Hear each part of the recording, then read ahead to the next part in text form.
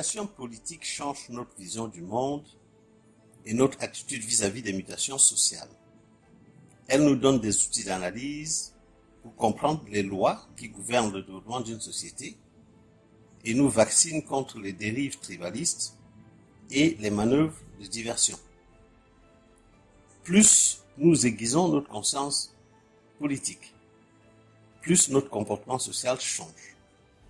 Nous cessons d'être des simples objets que l'on manipule, nous devenons des sujets et acteurs de l'histoire, des maîtres de notre destin social, avec tous les droits et devoirs que cela implique. Leçon numéro 10. Les travers de la presse libre. Dans la plupart des pays, la presse dite libre est utilisée par des puissances politiques et financières afin de manipuler les populations. Pour ce faire, ces dernières utilisent différentes techniques. Tout d'abord, elles remplissent les médias de programmes divertissants pour désintéresser le peuple de la chose politique. Ensuite, elles ne présentent jamais de façon totalement impartiale les informations afin de biaiser l'opinion de chacun. Enfin, elles entretiennent la liberté de bavardage. En d'autres termes, plusieurs panélistes vont, à la télévision, émettre des opinions contraires sur divers sujets sans jamais donner les faits. Cette technique est très utilisée par le pouvoir camerounais qui contrôle la grande majorité des médias du pays.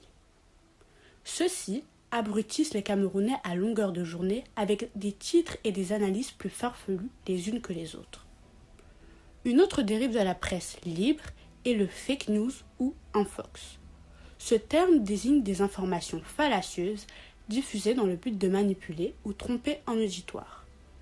Ces dernières ont pris d'autant plus d'importance qu'aujourd'hui, grâce à Internet, n'importe quel individu peut diffuser n'importe quelle information. Les fake news participent à des tentatives de désinformation qui ont pour intention d'induire en erreur dans le but d'obtenir un avantage financier, idéologique ou encore politique. Un militant sérieux ne se fie jamais à une seule source d'information. Nous devons écouter avec un esprit critique différents médias et effectuer des recherches personnelles sur différents sujets pour construire seul une opinion personnelle.